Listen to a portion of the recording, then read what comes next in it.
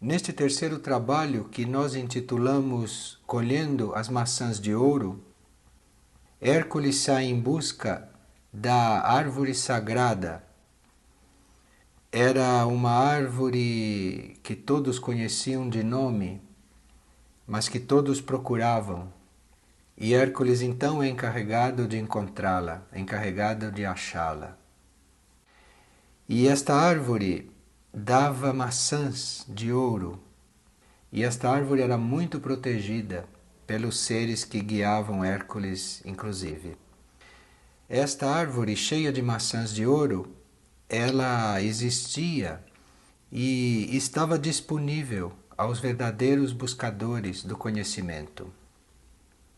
Essa árvore crescia em uma terra distante e era conhecida como a árvore da sabedoria. Muitos desejavam esta árvore e muitos queriam os seus frutos. E quando Hércules recebeu a mensagem que poderia buscar esses frutos, que poderia sair em busca desta árvore e recolher os seus frutos, ele pediu ao seu instrutor que lhe indicasse o caminho para chegar àquela árvore. Mas aí o instrutor disse a ele: "Não é assim, meu filho.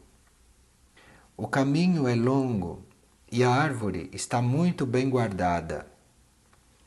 3 virgens protegem esta árvore e um dragão de 100 cabeças protege as virgens e a árvore."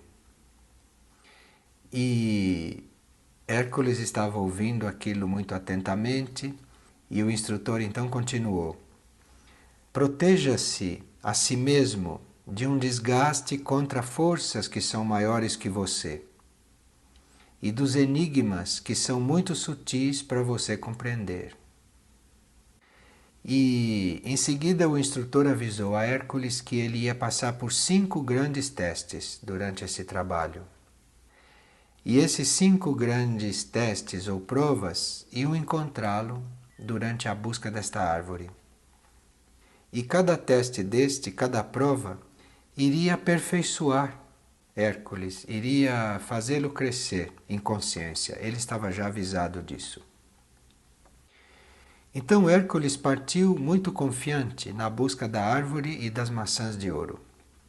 Primeiro ele foi em direção ao norte, viajou por toda a região norte e nada encontrou.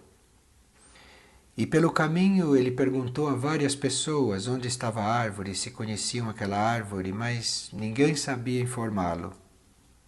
E assim ele vagou por muito tempo pelo norte todo, sem nenhum resultado. O instrutor de Hércules observava aquilo e percebeu que Hércules precisava de ajuda. Então o instrutor enviou um emissário, mas Hércules não percebia essa ajuda e não identificava a proveniência das mensagens que aquele emissário tentava lhe dar, aquelas chaves que o emissário tentava lhe passar. E o emissário nada podia fazer porque Hércules estava completamente ofuscado pelas impressões externas e realmente não reconhecia esse emissário. E esse foi o primeiro dos 5 testes que foram apresentados durante a busca das maçãs de ouro. E como era esperado, Hércules não passou por essa prova. Ele não reconheceu a inspiração que lhe veio de um nível mais elevado. Então Hércules rumou para o sul e começou a andar pela escuridão, prosseguiu buscando a árvore e as maçãs de ouro. E ele então foi seguindo o seu próprio instinto, contando com a sorte, procurando a árvore aqui no plano físico, entre as árvores existentes, nada encontrava. "No que eu estou falhando?", perguntava Hércules para si mesmo, não é? A esta altura. "No que eu estou falhando? O que está faltando?" Aí nisso surge uma serpente E essa serpente começa a tentar Hércules, começa a aparecer para Hércules, a se mover na frente dele. E Hércules continua procurando a maçã, a árvore mesmo, planta sob a forma de árvore aqui no plano físico, e a serpente ali perto. Aí, de repente, a serpente se afasta e ele sente e fica claro que essa serpente um dia vai reaparecer. A serpente saiu dali, mas ela vai reaparecer. E essa serpente era o segundo teste, porque essa serpente era aquela tendência que a gente tem de buscar as coisas na aparência. Então, se eu saio buscando uma árvore sagrada que dá maçãs de ouro, esta serpente me faz acreditar que esta árvore é uma árvore no plano físico, concreta. Então eu continuo buscando conhecimento aqui no plano concreto da vida. Eu continuo buscando conhecimento como se fosse realmente algo concreto aqui, como se fosse um objeto, uma coisa física, humana, concreta. Isto é a serpente que me inspira a fazer isso. Então, como Hércules parte para o oeste, em busca da árvore das maçãs de ouro, vê-se que ele não passou ainda pela prova da serpente. E quando ele vai então para o oeste, procurando a árvore, ele encontra o terceiro teste prometido. E esse terceiro teste era a pessoa de um falso instrutor que ele encontra, porque ele tinha o seu instrutor interno, não é? Mas aqui ele encontra um instrutor externo, ele encontra uma figura humana. E esse instrutor diz a ele: Hércules, eu sou o portador da verdade. E todos os outros ensinamentos, que não sejam os meus, são errados e falsos. E esse instrutor falava muito bem, tinha uma capacidade de convencer os outros muito grande, era uma criatura muito preparada. Então Hércules acreditou que ele era o portador da verdade. E Hércules então fica com ele e se toma de um grande amor por ele. E Hércules então passa a aceitar tudo que esse instrutor apresenta e tudo que esse instrutor diz, tudo ele aceita.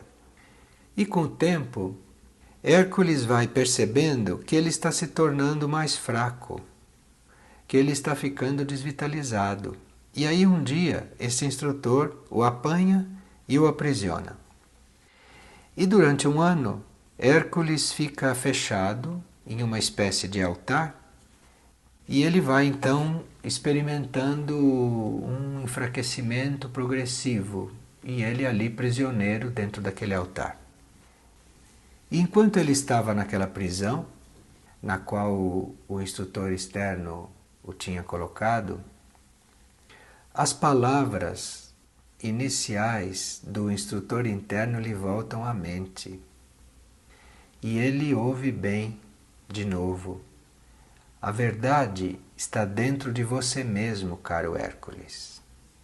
Existe um poder superior, existe uma grande força e sabedoria, porém dentro de você mesmo.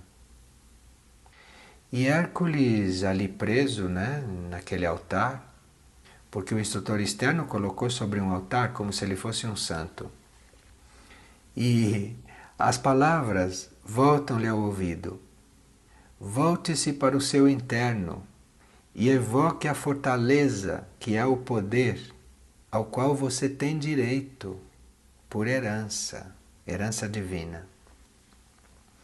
Então Hércules ficou estimulado pela recordação dessas frases que ele ouvira há tanto tempo e Hércules soltou-se daquelas amarras as quais o falso professor o prendera ao altar e compreendeu o que havia acontecido durante aquele ano.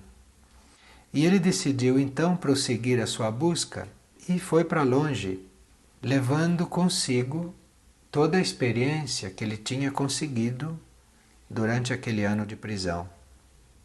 De repente, Hércules, que estava caminhando em busca da árvore sagrada e das maçãs de ouro, de repente ele escuta um grito de profunda tristeza. E quando ele escuta aquele grito e ele olha assim para longe, na direção daquele grito, ele vê que alguns abutres voavam em torno de uma pedra, lá longe. E aí vem outro grito lancinante. E era um grito tão profundo, tão forte, que Hércules vai na direção de onde vem aquele apelo. E à medida que ele vai chegando perto daquela pedra, né, onde os abutres estavam voando e de onde vinha aquele grito, Hércules sente a necessidade de se apressar, como se houvesse uma urgência de chegar lá. E houvesse mesmo urgência de ir em socorro àquele que estava chamando. E aquele apelo era tão forte, e esse sentimento da urgência de chegar lá para ajudar o indivíduo também era tão forte, que Hércules acaba esquecendo que estava buscando a árvore das maçãs e vai ao encontro desse necessitado que estava gritando. E quando ele chega perto daquela rocha, ele encontra Prometeus, que estava acorrentado e sofrendo dores terríveis, porque esses abutres estavam voando sobre ele e de repente baixavam e bicavam-lhe o fígado. Então esse foi o quadro que Hércules viu diante de si quando se aproximou daquele lugar. Então Hércules chegou ali perto, rompeu aquelas correntes que prendiam Prometeus, caçou ali os abutres e cuidou do homem. Ficou cuidando de Prometeus até que aquelas feridas foram ficando melhor e que ele foi ficando recuperado. E a uma certa altura Prometeus recuperou a saúde, aquela ferida fechou, então Hércules retoma o seu caminho.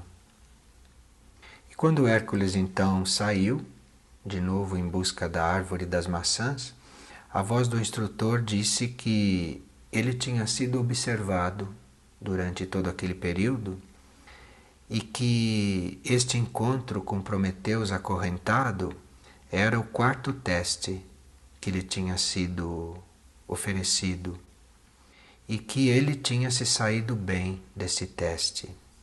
E o instrutor disse: Hércules, você se deteu para ajudar Prometeus, mas não houve atraso algum na busca desta árvore, porque existe uma lei, disse o instrutor.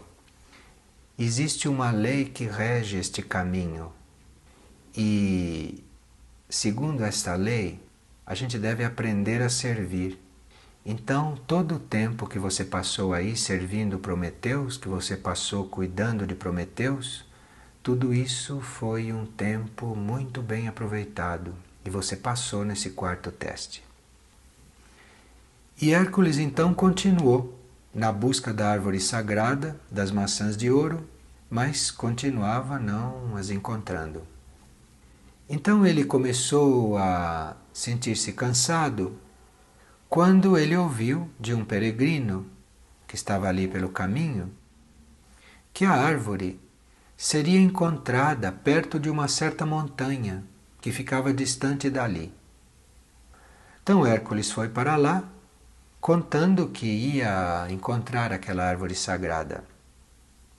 E ele se lembrou que a árvore era guardada pelo dragão e pelas virgens. E Hércules reformulou toda a sua expectativa e toda a sua intenção de vencer o dragão, de ver as virgens e de colher as maçãs finalmente. E Hércules foi naquela direção que o peregrino indicou. Mas em vez de encontrar o que ele procurava, naquela direção Hércules encontrou um gigante que era conhecido por Atlas. E esse gigante estava carregando o peso dos mundos sobre os próprios ombros. E quando Hércules chegou e viu Atlas carregando esse peso, Hércules olhou para o rosto de Atlas e viu que ele estava marcado pelo sofrimento e que seus braços já estavam curvados pela dor e que Atlas estava realmente no limite de suportar aquele peso sobre os ombros. E Atlas estava realmente com os mundos às suas costas e pedindo ajuda, porque ele já não estava mais aguentando. E diante desse quadro, que era um quadro muito forte, a árvore e as maçãs de ouro desapareceram completamente da mente de Hércules. Hércules esqueceu completamente daquilo tudo e chegou perto do gigante para auxiliá-lo a segurar os mundos. E chegou assim bem perto dele e removeu esse peso dos ombros do gigante e colocou os mundos sobre o seu próprio ombro. Então aqui aconteceu um fato muito misterioso e que era inexplicável. Quando o peso dos mundos passou para os ombros de Hércules, esse peso rolou assim como por encanto, e tanto Hércules como Atlas viram-se livres daquele peso. Então Hércules, que não tinha mais o peso às costas, voltou-se para o gigante que também estava livre. E quando Hércules se volta assim para ele, o gigante, sem dizer nada, lhe estende as mãos, e nas mãos do gigante estavam as maçãs de ouro que Hércules procurava.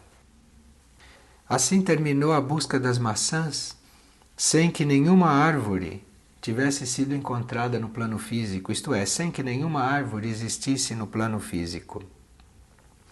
Então, quando Hércules estava com essas maçãs na mão, as maçãs de ouro assim que ele tanto buscara, e que apareceram na sua mão no fim como por encanto, quando ele estava com essas maçãs nas mãos, surgiram as virgens logo em seguida, sem que Hércules as procurasse.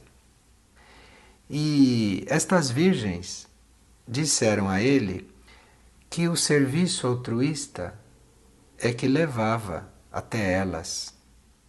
E as virgens disseram a ele: vá em frente, Hércules, e sirva como você fez aqui. A partir de agora, faça isso sempre e para sempre.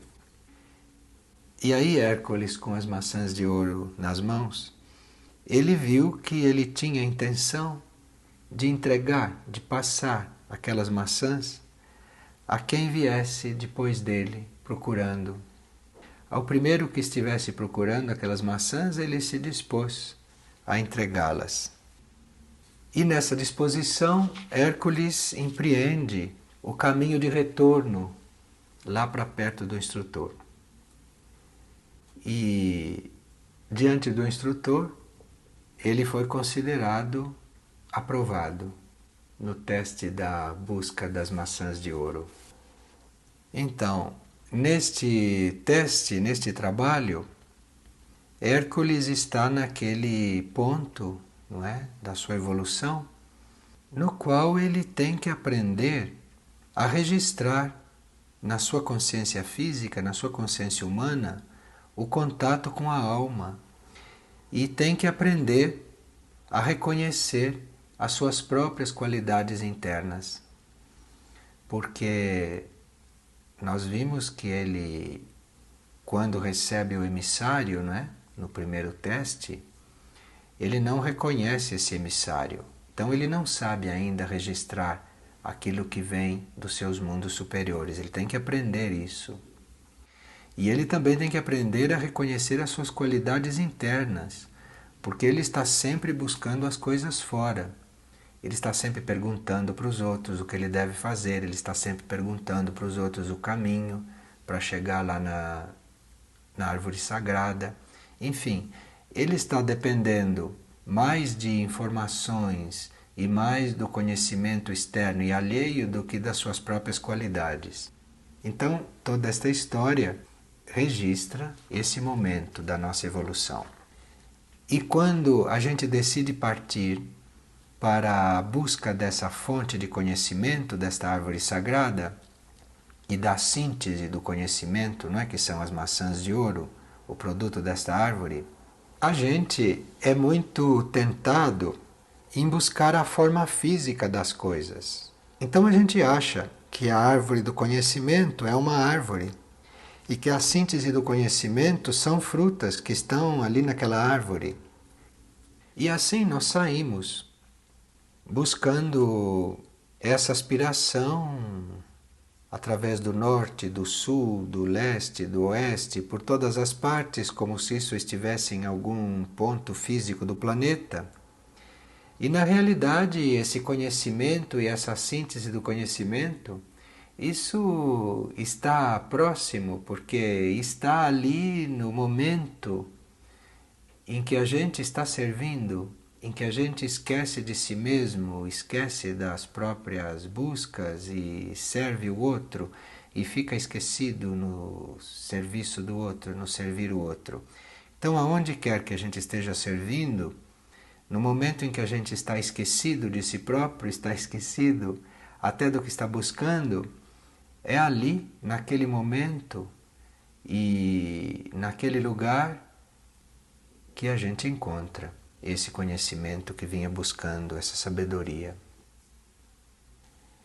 Essa experiência, esse trabalho de Hércules, ele representa um ponto que nós todos conhecemos muito bem.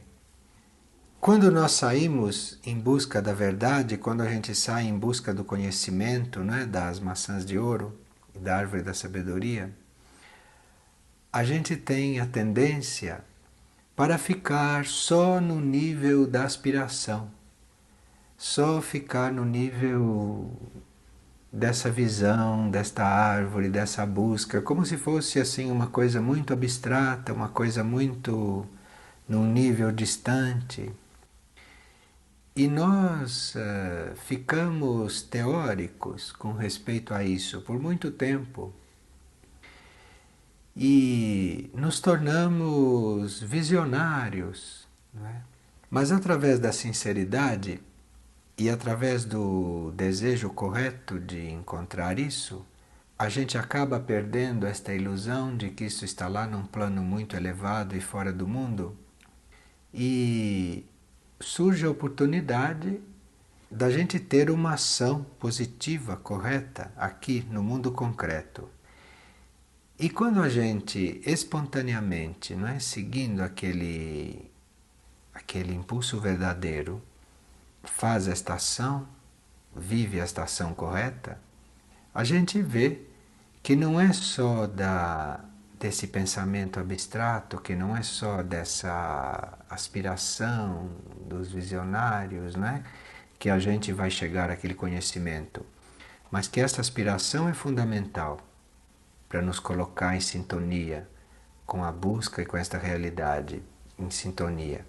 Porém, esse conhecimento se manifesta realmente e esta síntese desse conhecimento chega até nós e nós nos encontramos quando aplicamos aqui na vida, não é? Quando aplicamos a técnica do serviço, quando aplicamos aqui na vida, no concreto, na vida prática, não é?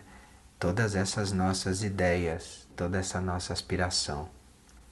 Enfim, se trata de pôr em prática aquilo que a gente sabe que é, pôr em prática aquilo que a gente percebeu que é bom, que é o melhor para o outro, não é, que é de ajuda. Não só ficar com isto no plano mental, mas trazer isto para a encarnação, trazer isto para a vida prática. Aliás, esta é a chave para a gente entrar em contato com histórias simbólicas, como estas de Hércules, e é também a forma de se aproveitar ao máximo de usufruir ao máximo dos ensinamentos dos livros espirituais, dos livros evolutivos, ou mesmo dos livros sagrados, dos livros simbólicos. Porque todos estes livros que nos indicam o caminho, todos esses livros trazem consigo muito mais conhecimento do que à primeira vista a gente possa detectar neles. Mas a gente só pode usufruir dessas informações e dessas instruções quando nós aplicamos aquele tanto que entendemos. Quando nós aplicamos, quando nós praticamos aquele tanto que a gente compreendeu de uma instrução, de um livro desses, em seguida o livro abre outras coisas para nós. E nós vamos então encontrar no livro outros desdobramentos daquele conhecimento, mas não se nós não aplicarmos.